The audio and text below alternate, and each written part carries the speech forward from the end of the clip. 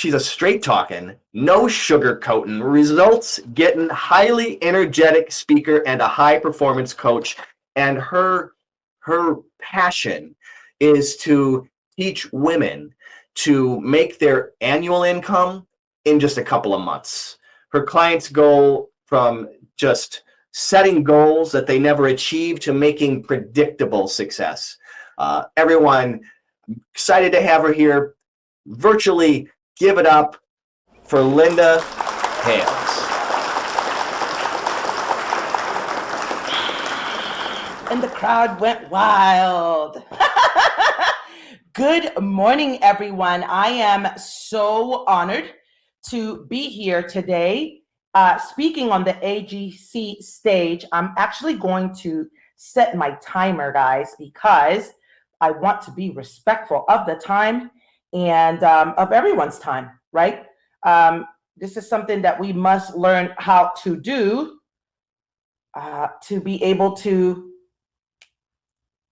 engage with other people's audiences and to respect time and everything fall into place. I love being a timely person, being on time. So I respect time.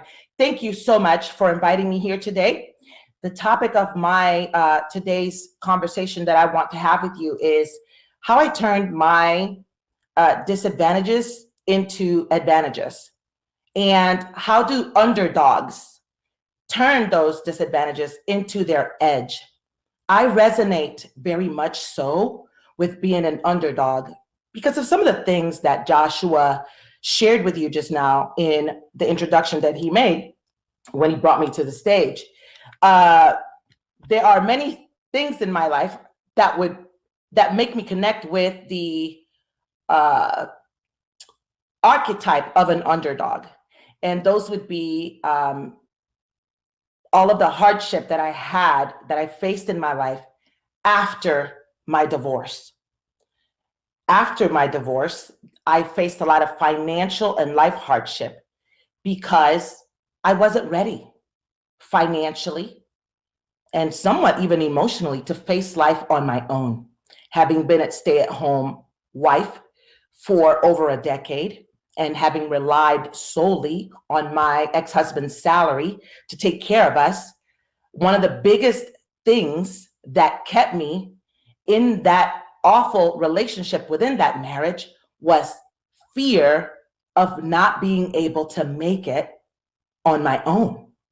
Because everywhere that I called and I looked, there, nowhere that you wanted to live in a nice place, nowhere were the rents less than $1,300. And I'm going, I haven't worked in over a decade. I don't have a job. Even if I go get a job making $14 an hour, that's not even enough to pay for my rent. So fear, which I will talk about during this talk, kept me stuck until I learned to use fear as an advantage. So when you are an underdog, you have nothing to lose and you have no one to disappoint. Okay? The minute that you realize this, I wish I could go back in time and put my finger on a specific date and time that this is when I realized this. But somewhere along my journey, I realized I really don't have anything to lose. I'm broke. My credit is bad. I remember writing a bad check to U-Haul, to the trucking company, to go pick up used furniture from a women's shelter. And I knew that check was bad, but I needed a truck. And so when you are an underdog, you have nothing to lose and no one to disappoint, because everybody already gave up on you or already put you in a category of, oh, she's having a hard time. He's having a hard time. So they make excuses for you, and that feeling of sorry and that empathy that they have for you and sympathy, they almost like, well, we don't expect her to win. We don't expect him to win. And everything that you do that's subpar, people tend to understand because they made an allowance for you. She's going through a hard time. So underdogs almost always find their power in the phrase, you can't. even though once upon a time, it held a lot of power. As I go through these bullet points of what underdogs do, I will share a snippet of my story so that I can bring that point home for you. So I remember being married and saying to my ex-husband, we lived in Orlando, Florida. I'm from Florida. We would drive past where the Magic basketball team plays. And at that point, it was the Orlando Arena.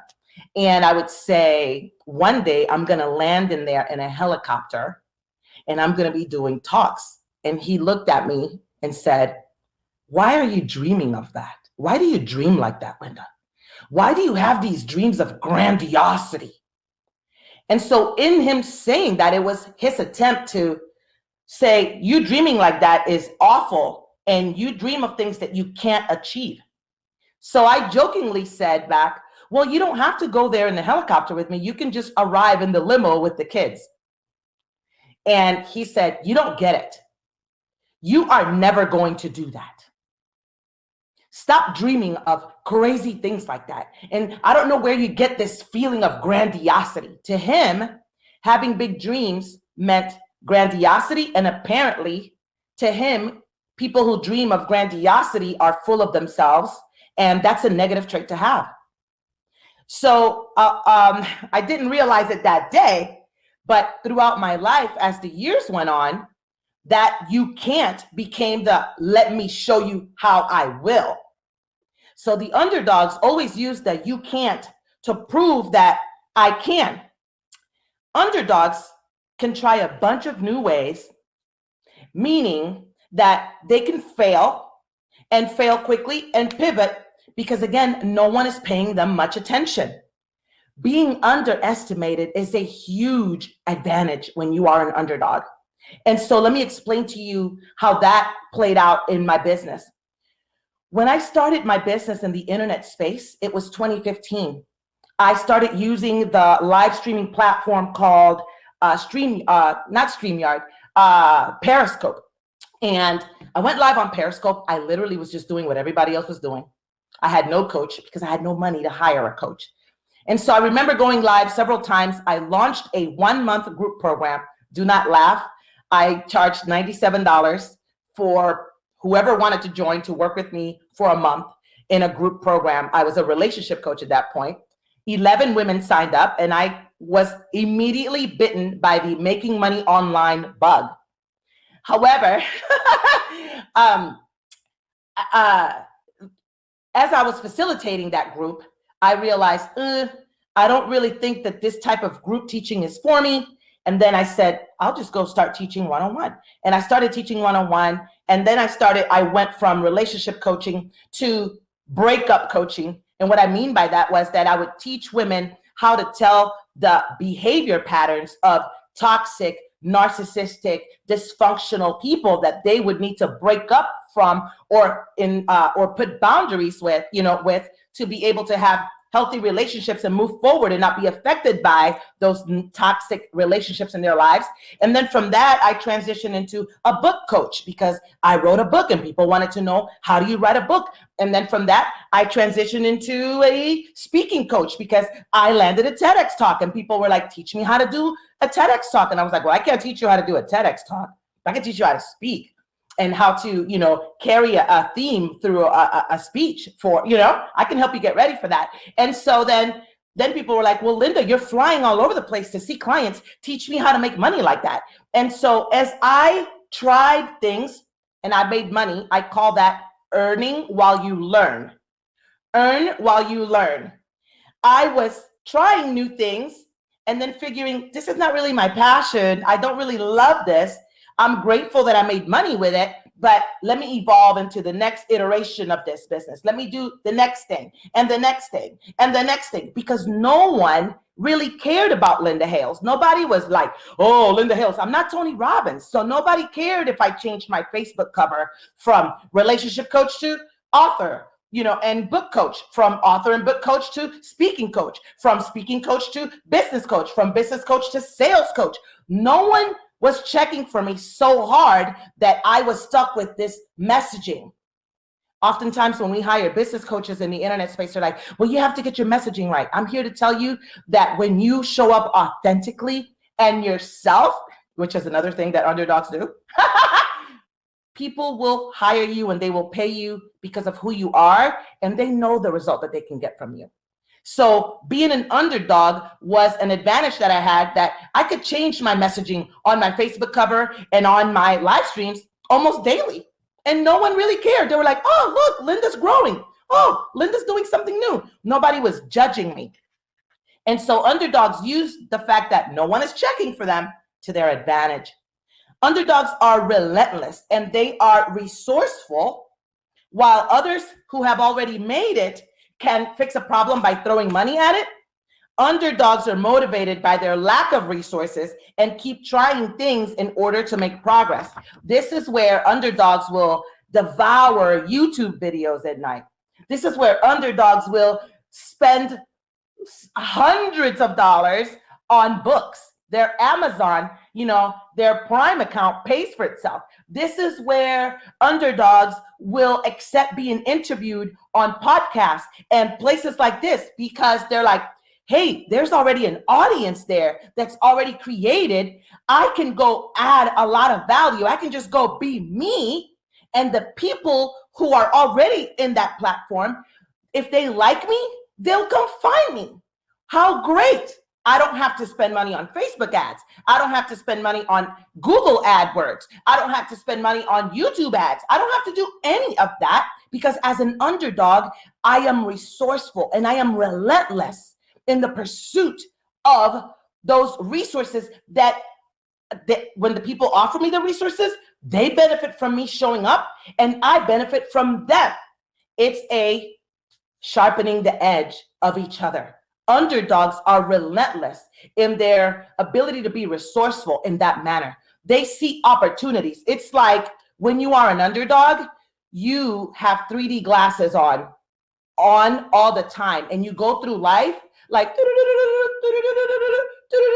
seeking out opportunities. You are like an opportunity magnet, not because you are opportunistic, right? But because, again, you you showing up for the opportunity and the opportunity presented to you can help sharpen. Both people benefit from that. And underdogs position themselves to win in that way. Underdogs don't have to care what other people think. Underdogs take any harvest that they got from any seeds that they did plant and it gave fruit, and they use it to plant some more. They don't use up all the harvest. So whenever I had a little bit of money and I invested in a coach and I learned a skill set and I got a result, I went and I invested from that money that I made back into more coaching. I didn't just take all that money and say, oh, I'm going to pay off all these bills. I continued to keep the mindset of when I was broke and struggling, being broke and having struggled did something for me. I'm always very close to my brokenness and my struggleness. I'm not too good to forget that that's where I was very recently. So I never misuse my resources. I take the harvest that I get from the seeds that I plant and I replant and I get more and more harvest. And that's when you could be like, oh my God. Underdogs immediately teach what they learn. Anything that you learned and you got a result in, you go and you teach it. Why? Because you want to prove to yourself that you know it. If you want to know if you know something, your ability to teach it will let you know. So you go and you teach it. Once you teach it, what is that doing? You're adding value to someone else's life. And when you add enough value to enough people, you will always have what you want, including money. Underdogs consistently defy fear by doing what scares them. Why? Because extreme experiences help to expand your comfort zone beyond that level of an average person. Pushing the envelope and facing your fears will give you the courage and the confidence to take risks in your life and in your business. The most recent thing that I did to overcome my fears was jump from a plane a year and a half ago on my birthday. It was wild. But before then, moving from Florida to Houston, being an only child and not having any friends or family here, that was a big, scary thing. Leaving my very abusive husband when I was a stay-at-home wife and didn't have my own money was another part of my life that I did something that scared me and I still lived through it. If you want to be a powerhouse, there's another word that I want to say, but I can't use it on here.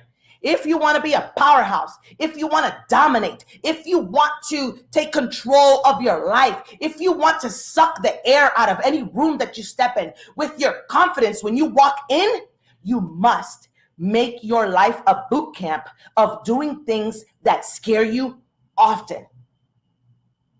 That is the way that you strengthen your courage muscle, your confidence muscle, so that you can translate that confidence and that courage into business, into work, into difficult conversations that you must have with family members, with your children, with your spouse. Difficult business choices that you need to make, a big investment, an investment into a property that you want to do. I want to become a real estate investor. I've never done that. That's scary. I'm going to do it anyway. You understand what I'm saying? I could do a whole 1 hour talk about this. I literally have 2 seconds to go before this clock tells me that 15 minutes are up. And I appreciate you so much for having shared these 15 minutes with me today so that I could have just this much of time into a window in your life to just be part of you for these 15 minutes of your life and hopefully impart something in you that if you've never been able to resonate with what an underdog is, that you start to see the areas of your life that you can use to your advantage. And if you are an underdog, to give you courage and to give you hope that you can continue on the path that you're on and you will find success. Thank you so much for having me here today. Joshua, we're back to you.